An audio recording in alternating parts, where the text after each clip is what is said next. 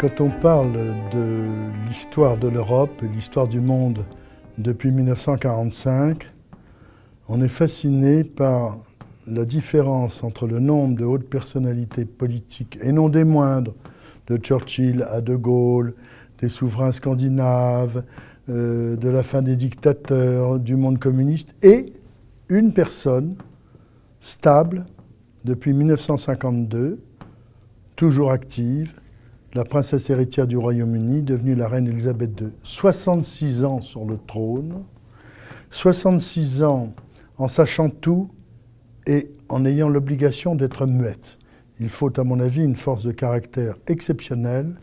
Et je pense que c'est assez extraordinaire si vous pensez à ce que Elisabeth II a pu supporter. Par exemple, de découvrir que quelqu'un dans son entourage au palais, le conservateur des collections de peinture de la reine, qu'elle avait anobli, Anthony Blunt, un des grands spécialistes de l'art classique français, du peintre Poussin, était, après avoir été un agent britannique au service du roi George VI, était en fait un agent de Moscou, qui opérait sous ses yeux.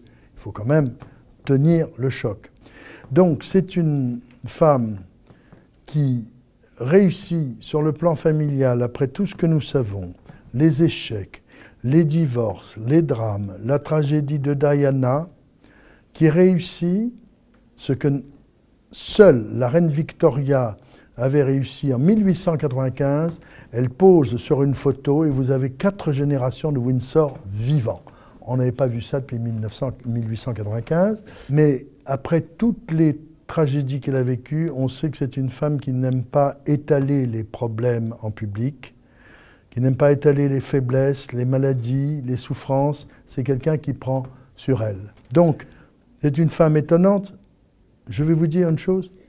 On n'imagine pas le monde sans Elisabeth II, depuis le temps qu'on la voit partout, avec ses chapeaux, ses couleurs, ses défilés, les parades extraordinaires, l'anniversaire Trooping the Colour, toutes les manifestations, plus de 100 voyages à l'étranger, les croisières avec le Britannia, qui a été désarmé, c'est un de ses grands chagrins, les affaires de famille, les silences, le choix des mots, le traumatisme de Diana, j'y reviens, beaucoup de choses, et pas mal de discrétion aussi. C'est vraiment un tempérament assez fantastique. Elle avait été préparée pour tout ça. Mais quelle force de caractère.